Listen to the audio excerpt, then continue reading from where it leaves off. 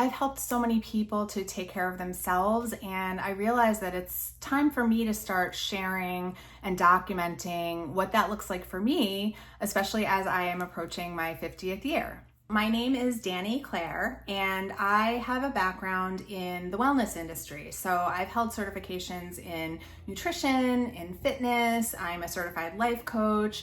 And that was something that I did for many years, in addition to my day job, which is acting as a marketing manager for an education company. So I've helped countless people to, improve their habits, to get on an exercise regimen, to shift their mindset. But I've found that even with all of that experience that I've had, that I'm still struggling, and I have struggled. And I'm finding that it's even more prominent now that I'm approaching my 50s. And I think for a long time, I just didn't really think about age until I started thinking about my age. And I'm turning 49 next month, which will be the start of my 50th year. And I think that probably around last summer, it started to really bring up just some insecurities that I have, some fears that I have. Obviously, as we age, we start to look a little bit different, and you start kind of like mourning that, like mourning earlier versions of yourself, right? And I think also just having that fear of, who am I as my kids get older? Who am I going to be when they're out of the house? Because so much of my own identity has been wrapped up in my kids, and I think a lot of people can probably relate to that. But also the fear of not knowing what's next for me, or what my interests are, or who I am. And for so many years, I've had so many different interests, and anybody who knows me and has known me for a long time can tell you that, yeah, Danny has a lot of interests. She's done a lot of different things, and I've had different businesses and different hobbies. And, sometimes that makes me a little bit insecure too, because I feel like maybe I'm kind of flighty, or maybe, I'm a little bit like all over the place, but that's just me. I've always been somebody who pursues my interests. And I think that also I've found there's a lot of pressure as we get older. There's pressure to, almost like have it all together, or to age gracefully, or, especially for me, like staying healthy and staying fit, and making sure that I'm taking care of my health, because I've had some health challenges in the past. And, I think the thing that's really interesting is that I don't feel old, but sometimes when I look in the mirror, it doesn't match how I feel. And I also have a tendency to be really hard on myself. So I think that I've been finding as I'm getting older that I am being harder on myself than I would be on anyone else. So one of the topics that you will likely hear me talk about quite a bit is running, and my own running journey. I started running a little over 15 years ago when my daughter was born, after my daughter was born. And, it was really a way for me to get active, lose the baby weight. And it's been sort of a roller coaster ride over those 15 years, because I would get really serious about running for a while, and I might train for a race or two, and then I would get kind of tired of it. And maybe I would see like a shiny new object where there was, some other fitness program that I wanted to try, and I would do that. But I've always come back to running, and I think the reason for that is that it's just such a good metaphor for life, like you have this goal that you want to achieve, and you have to work really hard towards it, and sometimes it seems impossible, and then you do it. So I have come back to running again. I've been running very consistently. I'm not sure how many months, probably at least 4 to 6 months that I've been running again. And I'll be running my very first half marathon in over 3 years, I think. So I'm really excited about that. I live near Disney. I'm getting back into Run Disney races. Like I said, it's been a while, but this time it looks a little bit different for me, because I'm not putting so much pressure on myself. And what's really funny about that is the less pressure I put on myself, and I'm just like sticking to the consistent plan that I have, running 3 days a week, I have actually improved my running quite a bit. I can go for longer. I am enjoying it more. I feel really good. And so I've just found that to be so interesting. And I think it's because I'm not putting that pressure on myself. I'm just trying to enjoy it and, see it for what it is. And I'm really proud of that. I'm proud that I'm showing up again. I just learned that this is going to be my 11th half marathon, and it's going to be my 20th Run Disney run. So that's pretty exciting.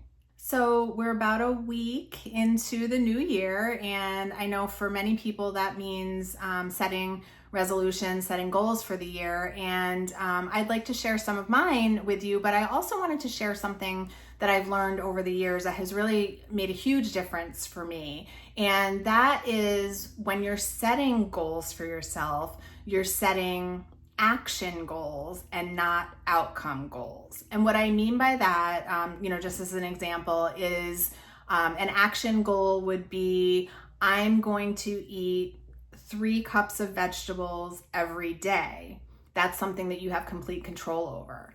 If you set an outcome goal, that would look something like, I'm going to lose 10 pounds this month, or I'm going to lose 50 pounds by the end of the year, whatever that is. And if you look at that, and if you're somebody who's ever had a weight loss goal, you know that you can do all the right things, but you may not completely have control over that number on the scale. And so it can get frustrating. And that's why a lot of people give up.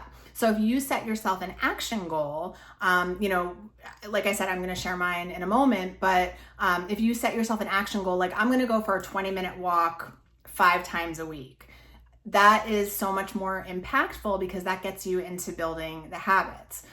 So one of my goals for this year is to run or walk, and that's like intentional exercise, not like when I get up to, walk into the kitchen to grab a drink or something.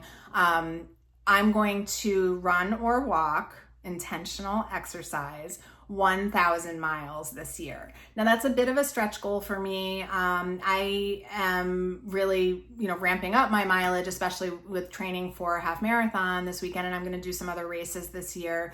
But that 1,000 miles is something that I can achieve and not put too much pressure on myself. It's not about losing weight. It's not about how fast I'm going. It's just about committing to myself, being consistent, and getting those miles in.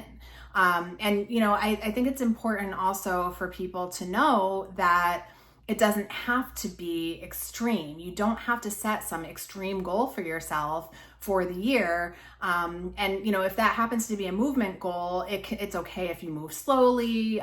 Really what matters in any goal is the consistency of showing up. Another goal that I toyed with for this year as it pertains to my running is I thought about doing a different race every month, like one race each month, whether it was a half marathon, 5K, 10K, there's a 15K I've been looking at, a 10 miler, probably not a marathon. I don't know if I'll ever do one of those again. But anyway, I decided that I didn't really know if I wanted to commit to that for a whole year. Like I said before, sometimes I step away from my running, so I don't always run consistently, all year round. So what I decided to do was I compromised, and actually compromised in 2 ways. One is that I'm only doing it for the first quarter to see if I want to continue it. And the second one is that in addition to the race that I'm doing in January at Disney,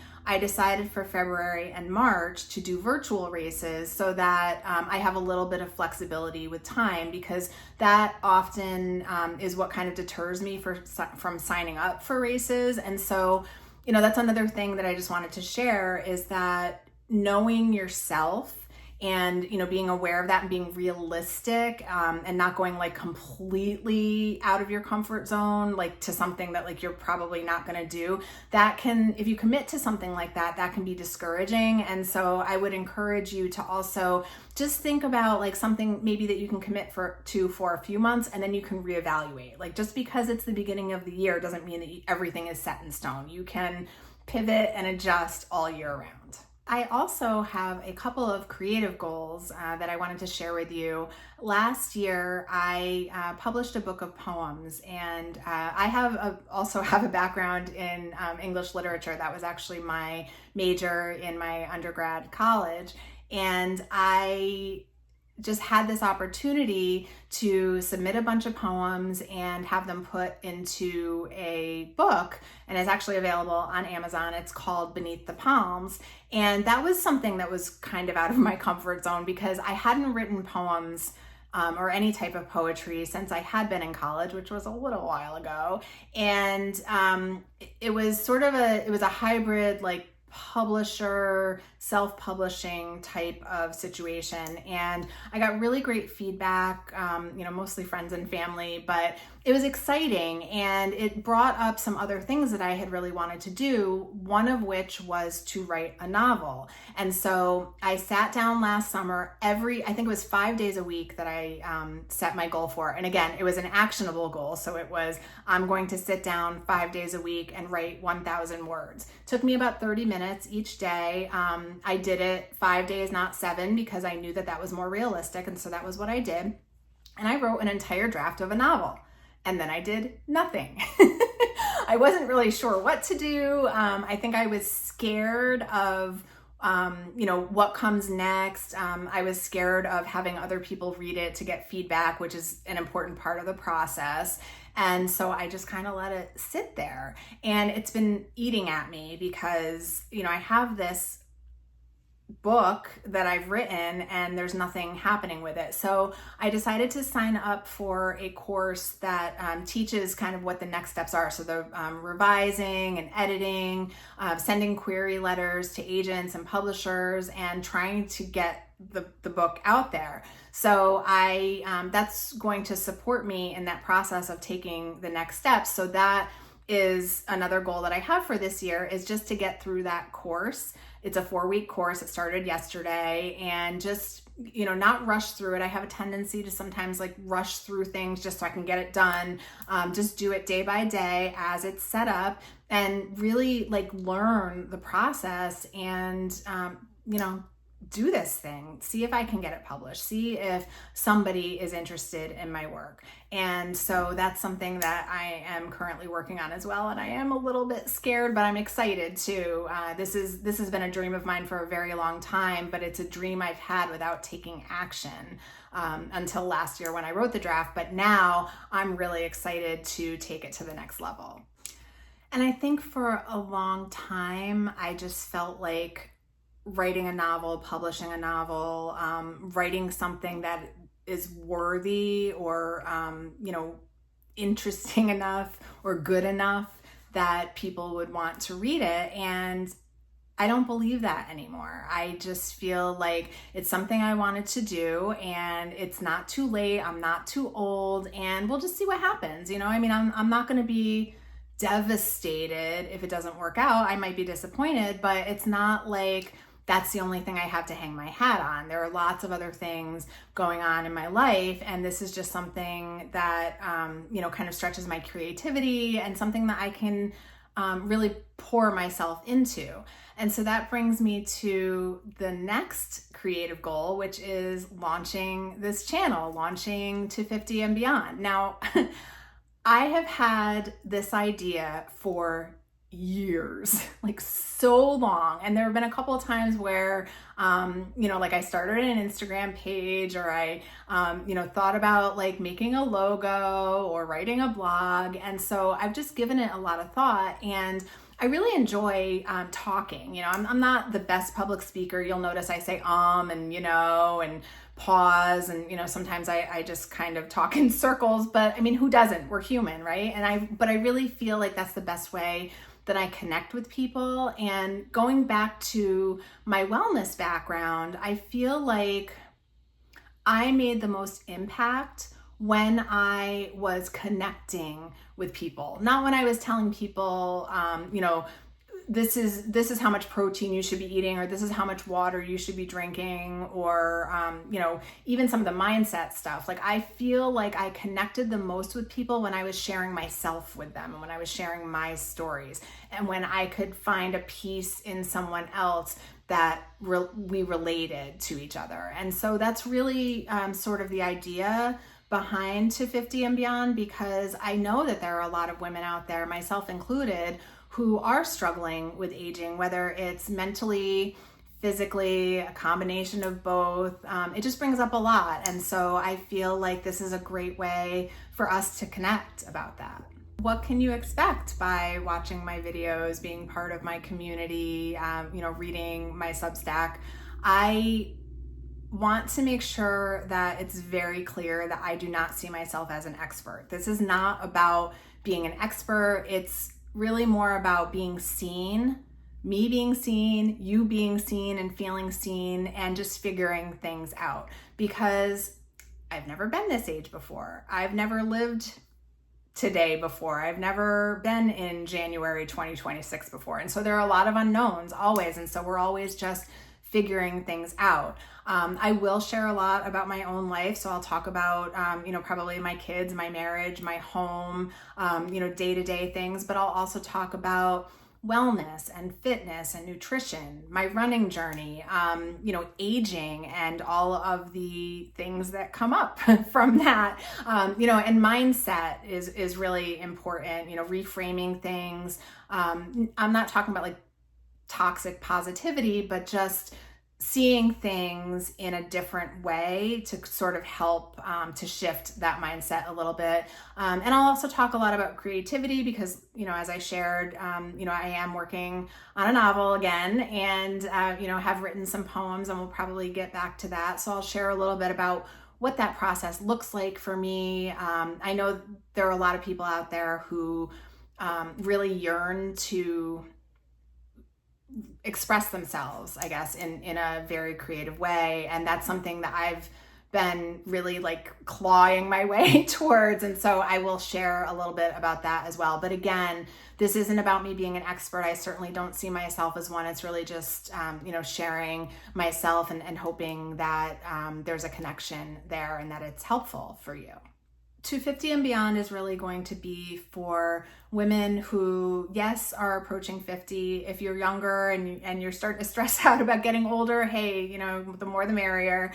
But it's also about women who are navigating change, who, maybe feel like they're behind a little bit or that they're too old to do certain things. And, I really want us to challenge those ideas. There are a lot of us who still have dreams left, and that's really what I want to foster and what I want to nurture here is just helping myself to see, along with you guys, that there's so much more life to be lived, and in a really quality way, and in a way that aligns with your interests, your values, and really what you want for yourself. It's not too late. It really isn't. I feel like I almost try to prove that to myself every day. But there's so much more that we can be doing and so much more that we can do as we continue to get older. What you can expect from me, and this is again an action goal for myself, is I'll be sharing weekly videos here on YouTube. I'll also be publishing a blog on Substack every week. And I'll be sharing clips and all kinds of different things on Instagram. I'm new to TikTok, so but I'm kind of excited to explore that a little bit. I'm just gonna have fun with it, and we'll see how that goes. But I am committing to doing these videos every week and to publishing on Substack. If I go on vacation or there's something going on, there might be an occasional week off, but for the most part, it will be weekly. And really, I'm going to be sharing my own stories, some real life reflections, and really just focusing on progress and not being perfect in everything. I think that's what a lot of people get hung up in. I know I did for a long time. I still do sometimes. And it's such a great shift. And, again, getting back to mindset shifts, such a great shift to see things that way, to not put all that pressure on yourself, to not feel like you need to be perfect all the time. If you're just making a little bit of progress, if you're being consistent in your actions, that is really what makes a difference. And so if any of this resonates with you, I would love for you to subscribe. Find me, it's 250 and beyond, on Instagram, on TikTok, and on Substack, as well as here on YouTube. And I would also love if you could put in the comments on any of the platforms. I'd love to hear what goals you're working on this year, and if there's any way that I can help you to tweak it a little bit. So if you are finding that you're still stuck on those outcome goals, like losing a certain amount of weight or whatever, I can help you to make that into an actionable goal. So feel free to comment, or if you want to send me a private message, you can do that as well. And I would love to help you. So with all of that said, and I know I said a lot, I'm so excited. I'm thrilled to be here, and I'm really excited that you're here watching this. This is my journey to 50 and beyond, and I'm just really glad you're here.